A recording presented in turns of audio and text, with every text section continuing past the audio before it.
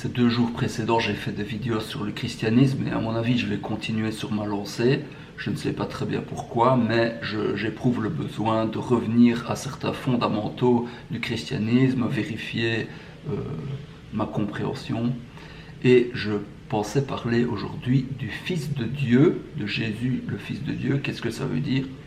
J'ai vu quelques vidéos là-dessus, mais les chrétiens, quand ils parlent du Fils de Dieu, ils ont l'habitude de toujours venir avec le concept de la Trinité. Ils croient que c'est une clé universelle qui ouvre toutes les portes, mais en fait, ça barbouille d'obscurité tout ce qu'ils disent.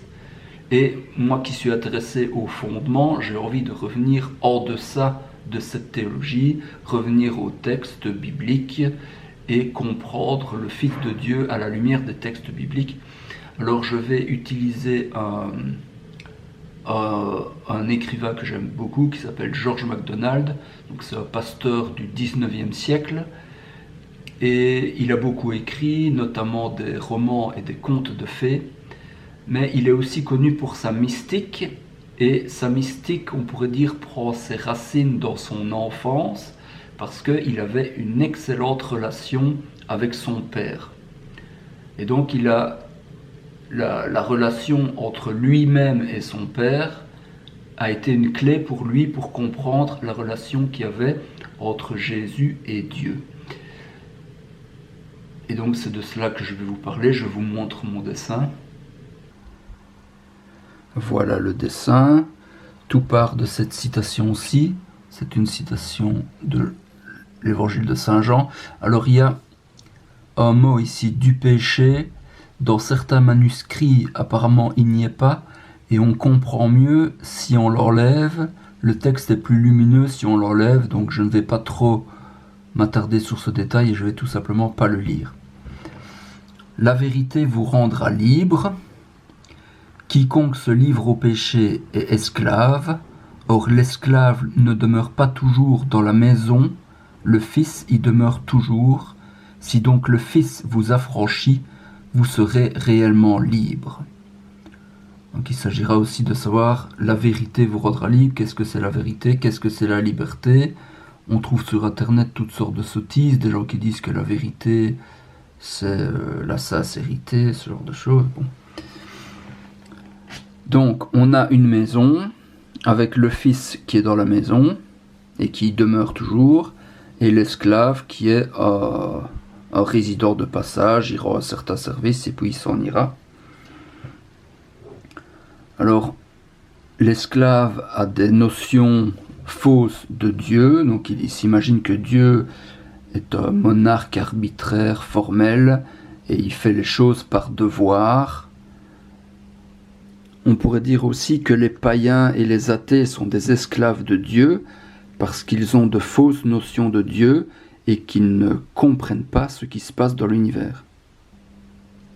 Il se plaint de son sort aussi, il n'aime pas vraiment sa situation, tandis que le Fils est quelqu'un qui ne vit que pour Dieu, il connaît Dieu comme son Père, comme la joie de son être, il est en absolue harmonie avec le Père, avec Dieu, et donc il y a une grande différence entre les deux, de telle sorte qu'on pourrait même se demander, est-ce qu'il y a vraiment des fils, des gens qui vraiment sont parfaitement en harmonie avec le Père? Est-ce qu'on n'est pas tous un peu des esclaves?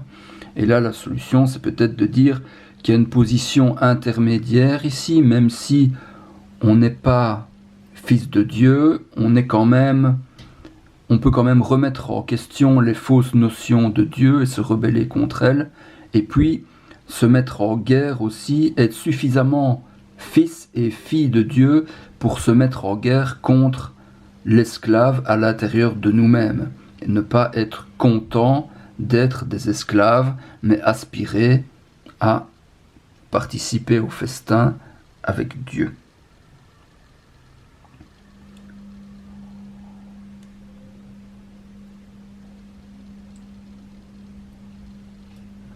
Dans cette perspective, donc, vous voyez que la notion de fils n'a rien à voir avec l'engendrement, donc c'est pas le père qui engendre un fils, mais c'est le Fils qui est dans une relation de confiance et d'abandon par rapport au Père, et c'est pour ça qu'on appelle le Fils.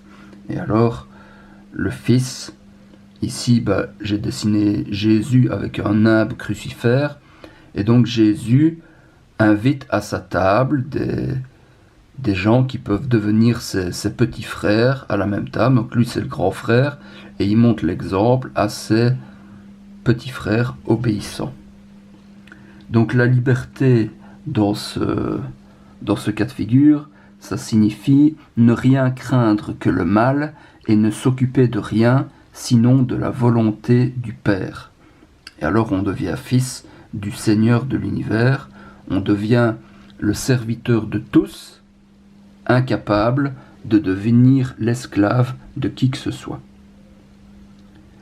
Et alors la vérité vous rendra libre. Quelle vérité? Eh bien cette vérité justement que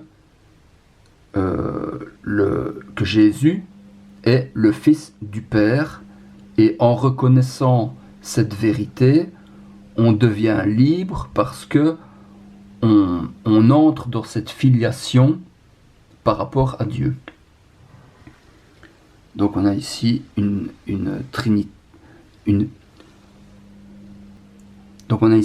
explication du Fils de Dieu, mais qui n'a rien à voir avec la Trinité, avec l'engendrement du Fils par le Père, mais qui est plutôt une question de confiance et d'abandon par rapport à l'esclavage.